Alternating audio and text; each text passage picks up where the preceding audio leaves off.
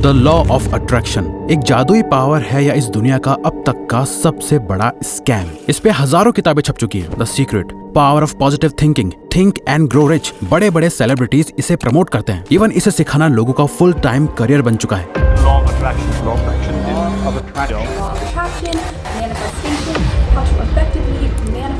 अब या तो ये सब सच बोल रहे हैं या फिर ये एक मॉडर्न डे सुपरस्टिशन और अंधविश्वास है जिसकी एक कल्ट फॉलोइंग बन चुकी है। जिस पूरे आइडिया का यूज करके $1 मिलियन की इंडस्ट्री खड़ी हो गई है, जहां से लोगों को बेवकूफ बनाकर करोड़ों रुपए बनाए जा रहे हैं और लोगों को सपने बेचकर एक फुल फ्लैज्ड बिजनेस और धंधा बना लिया है। लेकिन लॉ ऑफ अट्रैक्शन है क्या, और मोर इम्पोर्टेंटली ये क्या नहीं है? क्या ये एक लॉजिकल और साइंटिफिक तरीका है अपने गोल्स और सपनों को अचीव करने का, या फिर बस ये एक हवा में बातें हैं? और अगर ये सच में काम करता है तो आप इसे प्रैक्टिकली कैसे इस्तेमाल कर सकते हो? वीडियो को एंड तक देखते रहिए और आपको इन सारे सवालों के जवाब मिल जाएंगे और ये आपकी लाइफ और सोच को हमेशा के लिए चेंज कर देगी लॉ ऑफ अट्रैक्शन को लेके। अगर सच बताएं तो हम कभी भी इस यूनिवर्स से फ्री में मिलने वाले आइडिया पे बिलीव नहीं करते थे, लेकिन जब हमने इसके पीछे की साइंस को समझा, इस पे डीप रिसर्च की और अपनी लाइफ में खुद अप्लाई करके देखा तो चीजें और भी ज्यादा क्लियर होने लगी। इसीलिए आप इसे और गहराई से समझ सको, हम इस वीडियो को 3 पार्ट्स में डिवाइड कर रहे हैं। फर्स्ट है द मिथ, सेकंड है द साइंस, थर्ड है द रियलिटी, जिसका पार्ट 3 सबसे ज्यादा इंपॉर्टेंट है, जहां हमने एक 3 स्टेप सीक्रेट शेयर किया है जो आपके बहुत काम आएगा। इसके साथ ही हम आपके साथ अपना खुद का पर्सनल फाइनल ओपिनियन भी शेयर करेंगे लॉ ऑफ अट्रैक्शन को लेके कि हम खुद इसके बारे में क्या सोचते हैं। शुरू करते हैं सबसे पहले ये समझने से कि लॉ ऑफ अट्रैक्शन आखिर सच में क्या है, वो जो दुनिया आपको बताती है या वो जो अभी हम आपको बता रहे हैं। Part 1, the myth. Law of attraction by definition कहता है, the law of attraction is a universal principal that states you will attract into your life whatever you focus on. यानी ये एक यूनिवर्सल प्रिंसिपल है जो कहता है कि आप अपनी लाइफ में वही चीजें अट्रैक्ट करोगे जिन पर आप फोकस करते हो। जिसका मतलब अगर आप अपने किसी सपने यानी ड्रीम या गोल को अपने दिमाग में विजुअलाइज करते रहोगे तो एक ना एक दिन वो सपना सच हो जाएगा। आप पैसों के बारे में सोचोगे तो आप अमीर हो जाओगे। आप अच्छी हेल्थ के बारे में सोचोगे तो आप फिट हो जाओगे। आप हर दिन अफर्मेशंस का मंत्र पढ़ते जाओ और जो भी आप बोलोगे वो सच होता जाएगा। अब ऑनेस्टली हमारे जैसे किसी भी प्रैक्टिकल और रैशनल थिंकिंग वाले पर्सन के लिए इस पे यकीन कर पाना बहुत मुश्किल है। आपने शाहरुख खान का वो डायलॉग तो सुना होगा, अगर किसी चीज को पूरे दिल से चाहो तो सारी कायनात तुम्हें उससे मिलाने की साजिश में लग जाती है। ये वही है लॉ ऑफ अट्रैक्शन, अपनी सोच से अपनी पूरी दुनिया क्रिएट कर पाना। इसका नाम आज लॉ ऑफ अट्रैक्शन रख दिया गया है, लेकिन इसके जो रूट्स यानी जड़ें जो हैं वो बहुत पुरानी है। बुद्धिज्म में हमें सिखाया जाता है कि कैसे हमारा माइंड एक पावरफुल टूल है जो हमारी पूरी रियलिटी को क्रिएट करता है। अगर हमने अपने माइंड को काबू कर लिया तो समझो हमने अपनी लाइफ को काबू कर लिया। हिंदुइज्म में हमें सिखाया जाता है कि कैसे हमारे थॉट्स और इंटेंशंस हमारे डेस्टिनी फॉर्म करते हैं। उपनिषद में कहा जाता है तत्त्वमसि, यानी अपने आप को इस यूनिवर्स के साथ एक कर दो, फिर इस यूनिवर्स से जो चाहे वो मांगो, आपको सब मिलेगा। ताओइज्म की नींव रखने वाले लाओ त्से कहते हैं, अपनी सोच पर नजर रखो, ये तुम्हारे शब्दों में बदल जाती है। अपने शब्दों पर नजर रखो, ये तुम्हारे एक्शंस में बदल जाते हैं। अपने एक्शंस पर नजर रखो, ये तुम्हारी आदतों में बदल जाते हैं। अपनी आदतों पर नजर रखो, ये तुम्हारा कैरेक्टर बन जाती है। अपने कैरेक्टर पर नजर रखो, ये तुम्हारी किस्मत बन जाती है। लॉ ऑफ अट्रैक्शन की फाउंडेशन रखी गई थी एंशिएंट इजिप्ट और ग्रीस में, जहां हर्मेटिसिज्म की फिलॉसफी बहुत पॉपुलर हो रही थी। एक किताब थी द किबेलियन, जिसमें गॉड हर्मेस ट्रिस्मेजिस्टस ने 7 यूनिवर्सल प्रिंसिपल्स शेयर करे थे, जिसमें से एक प्रिंसिपल था द प्रिंसिपल ऑफ मेंटलिज्म, जो कहता था द ऑल इज माइंड, यानी ये जो पूरा यूनिवर्स है वो एक मेंटल क्रिएशन है। इसी प्रिंसिपल से एक फाउंडेशनल आइडिया निकल के आया कि हमारा माइंड हमारी लाइफ की रियलिटी को इन्फ्लुएंस कर सकता है, और लॉ ऑफ अट्रैक्शन की पहली वेव यहीं से शुरू हुई। 19th सेंचुरी में तो यहाँ से एक न्यू थॉट मूवमेंट की शुरुआत हुई, जहां लोगों ने इन एंशिएंट आइडियाज को मॉडर्न कॉन्टेक्स्ट में यूज करना शुरू कर दिया। मेनली 3 लोग थे जो बहुत ही हैवीली इस आइडिया को प्रमोट कर रहे थे, Phineas Quimby, Ralph Waldo Emerson and William Walker Atkinson, जिनका ये मानना था कि माइंड में एक तरह की हीलिंग पावर्स होती हैं और एक पॉजिटिव मेंटल स्टेट से हम अपनी लाइफ को कंप्लीटली चेंज कर सकते हैं। जहां फिनियस क्विम्बी कहते थे कि हर बीमारी की जड़ इंसान का माइंड है, अगर वो अपने माइंड को सही कर ले तो हर बीमारी का इलाज हो जाएगा। राल्फ वॉल्डो इमर्सन ने माइंड के इनफाइनाइट पोटेंशियल को बताना शुरू करा। उन्होंने मैनिफेस्टेशन की पावर को दुनिया के सामने रखा और विलियम वॉकर एटकिंसन ही वो पहले पर्सन थे जिन्होंने लॉ ऑफ अट्रैक्शन इस वर्ड का यूज करा था। उन्होंने अपनी 1906 की book thought vibration the law of attraction in the thought world में सबसे पहले इसका मेंशन करा, जहां उन्होंने ये सिखाया कि कैसे हमारे थॉट्स एनर्जीज की तरह अट्रैक्ट करते हैं। 20th सेंचुरी आते आते ये आइडिया और ज्यादा पॉपुलर होने लगा। खासकर नेपोलियन हिल की बुक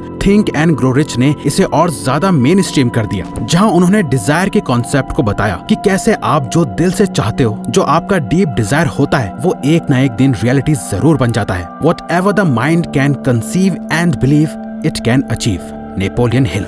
ऐसे नॉर्मन विंसेंट पीएल की the power of positive thinking, Joseph Murphy की the power of your subconscious mind आई, जहां सेम बात करी गई, कैसे एक पॉजिटिव मेंटल एटीट्यूड आपको दुनिया जहां की सारी सक्सेस और हैप्पीनेस लाके दे सकता है। और कहानी यहाँ भी नहीं रुकी। 21st सेंचुरी में रोंडा बर्न ने ईयर 2006 में एक बुक रिलीज करी जिसका नाम था द सीक्रेट, और इस किताब से मानो लॉ ऑफ अट्रैक्शन दुनिया भर में फेमस हो गया। एक क्रांति आ गई। ये बुक इतनी सक्सेसफुल हुई कि दुनिया के कोने कोने तक ये लॉ ऑफ अट्रैक्शन की वेव पहुंच गई। दुनिया भर में इसकी बातें होने लगी। बॉब प्रॉक्टर इसे हर किसी को सिखाने लगे। ओपरा विनफ्रे ने अपना शो लॉन्च करा जहां उन्होंने हर एक सेलिब्रिटी से इस आइडिया को प्रमोट करवाया। अब इससे हुआ ये कि जब कोई चीज इतनी ज्यादा पॉपुलराइज कर दी जाती है तो उसका मीनिंग खत्म हो जाता है और उसके पॉजिटिव से ज्यादा नेगेटिव इफेक्ट्स देखने को मिलने लगते हैं। जैसे मिड 2000 के time the Oprah Winfrey show के स्टूडियो को एक लेटर आया किम तिनखम की तरफ से, जो लिखती हैं कि वो इस शो से और द सीक्रेट बुक से इतनी ज्यादा इन्फ्लुएंस हो गई कि उसने अपने ब्रेस्ट कैंसर की मेडिकल ट्रीटमेंट ही लेना बंद कर दिया। उसने ये क्लेम करा कि वो 2008 तक कैंसर फ्री हो जाएंगी। उसे अपने ऊपर पूरा भरोसा है। वो इसे ही अट्रैक्ट कर रही हैं, मैनिफेस्ट कर रही हैं और यूनिवर्स उसकी सुनेगा। लेकिन हुआ क्या? ईयर 2010 में किम की कैंसर से डेथ हो गई। मगर ये सब नहीं होता अगर किम इस पे ब्लाइंडली ट्रस्ट करने के बजाय इसके पीछे की साइंस को समझती तो। जरूरी नहीं है कि किसी बड़े और फेमस आदमी ने कुछ बोल दिया तो वो सही ही हो और अब बिना ज्यादा सोचे समझे उसे फॉलो करने लग जाओ। ये लॉ ऑफ अट्रैक्शन वो है जिसे आपको सिखाया जा रहा है और बेचा जा रहा है। लेकिन लॉ ऑफ अट्रैक्शन को अच्छे से यूज करने के लिए आपको ये समझना होगा कि ये काम कैसे करता है। Part 2 the science.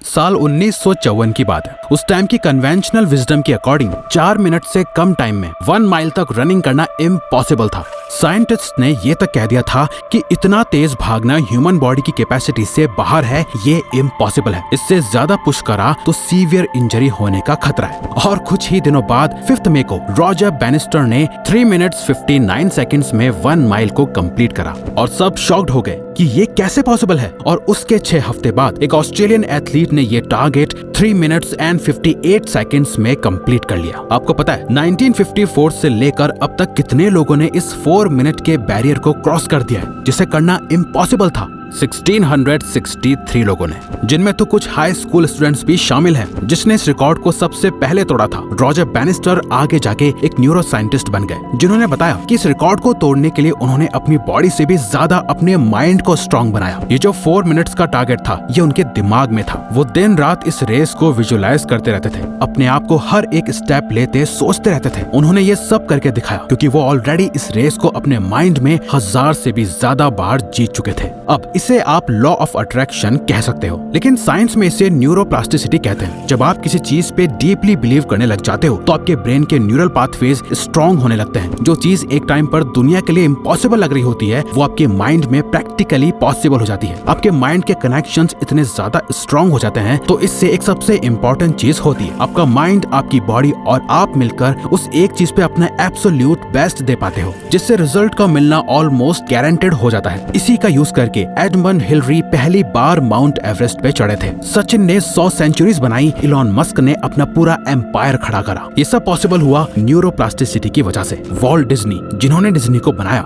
जब वो अपने डेथ बेड पे थे और मौत का इंतजार कर रहे थे तो एक रिपोर्टर उनसे मिलने आया और कहा, सर, डिज्नी का पहला थीम पार्क बनने जा रहा है, आपको ये सोच के कैसा फील हो रहा है कि आप उसे कभी नहीं देख पाएंगे? वॉल्ट डिज्नी ने जवाब दिया, तुम शायद समझे नहीं, अगर मैंने उसे पहले कभी न देखा होता तो तुम उसे कभी नहीं देख पाते।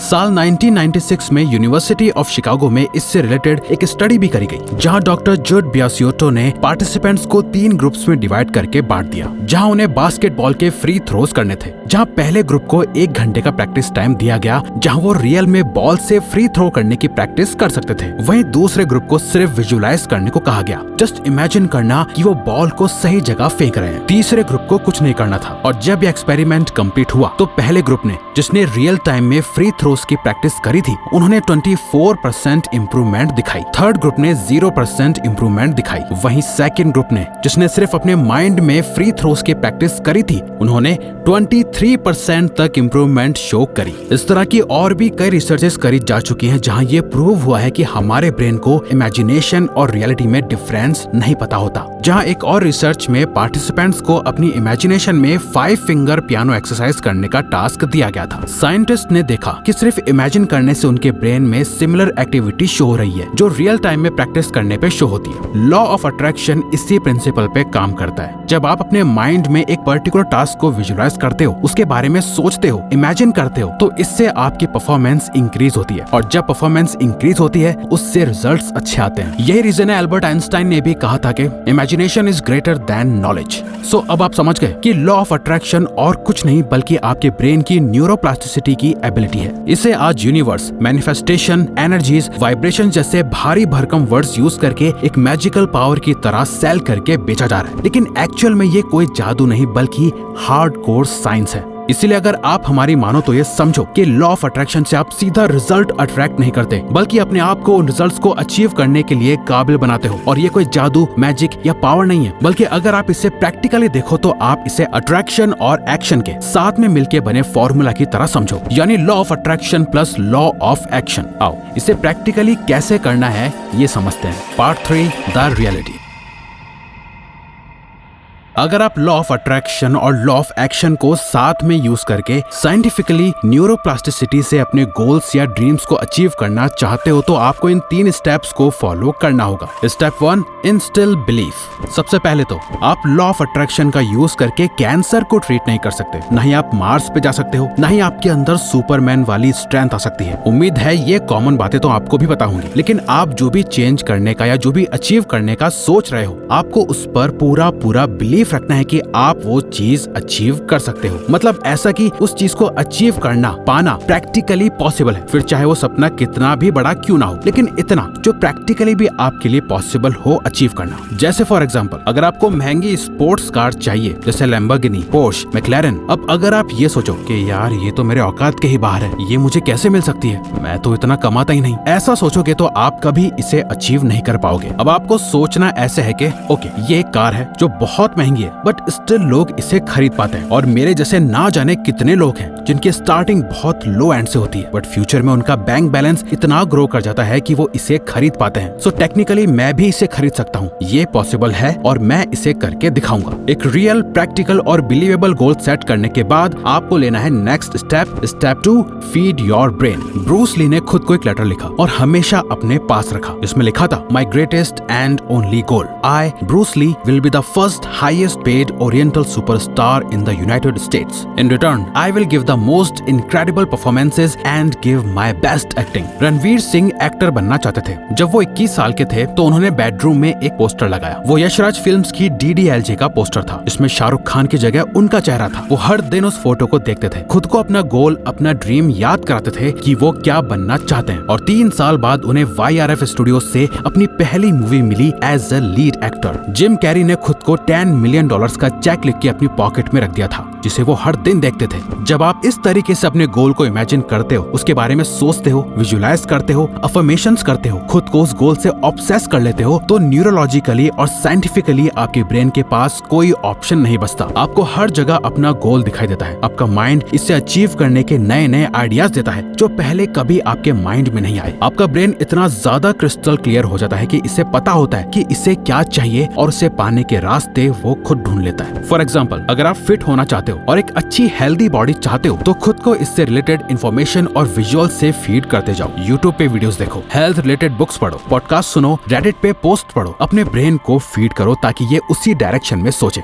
Step 3, take supportive actions. और लास्ट, आपने जो कुछ भी सोचा है, जो कुछ भी विजुअलाइज करा, आपको उसके सपोर्ट में एक्शन लेने ही पड़ेंगे, वरना कुछ भी नहीं होने वाला। जैसा हमने पहले भी बताया, लॉ ऑफ अट्रैक्शन आपको रिजल्ट्स लाके नहीं देगा, ये आपको रिजल्ट्स लाने के काबिल बनाएगा, बट एक्चुअल में रिजल्ट्स आएंगे कैसे? आपके एक्शन से। बिना एक्शन के लॉ ऑफ अट्रैक्शन भी कुछ नहीं बदल सकता। आप चाहे कितना भी हेल्दी फिट बॉडी के बारे में सोच लो, 6 पैक्स एब्स के बारे में सोच लो, बिगर बाइसेप्स के बारे में सोच लो, अफर्मेशंस कर लो, विजुअलाइजेशन, मैनिफेस्टेशन, हर जगह अपने आइडियल फिजिक की फोटो लगा के उससे रोज देख लो, कुछ नहीं होने वाला जब तक अट्रैक्शन एक्शंस के बिना है। और अट्रैक्शन में ही छुपा है एक्शन, ये बात याद रखना। आपके सपने सिर्फ लॉ ऑफ अट्रैक्शन से नहीं बल्कि एक्शन से पूरे होंगे। और पर्सनली हम खुद ये मानते हैं कि कोई भी एक्शन लेने के लिए पहले उस गोल या ड्रीम के लिए अट्रैक्शन तो होना ही चाहिए, क्योंकि अट्रैक्शन से ही आप सही डायरेक्शन में एक्शंस लोगे। लेकिन वो अट्रैक्शन तभी सोच से रियलिटी में बदलेगा जब एक्शंस होंगे। ये दोनों ही आपस में लिंक है अगर आपको लाइफ में कुछ अचीव करना है तो। अब अगर आपको जानना है कि प्रैक्टिकल स्टेप्स लेके अपनी लाइफ को कैसे बदला जाए तो ये लेफ्ट वाली वीडियो देखो, वरना ये राइट वाली जिसमें एक ऐसा रूल बता रखा है जिसने हमें लाइफ में सक्सेस दिलाई। तो अगर आपको ये वीडियो अच्छी लगी तो वीडियो को लाइक और चैनल को सब्सक्राइब करके हमें सपोर्ट करो और बेल नोटिफिकेशन ऑन कर लीजिएगा ताकि आप आने वाली वीडियोस मिस ना कर पाओ। Thank you for watching.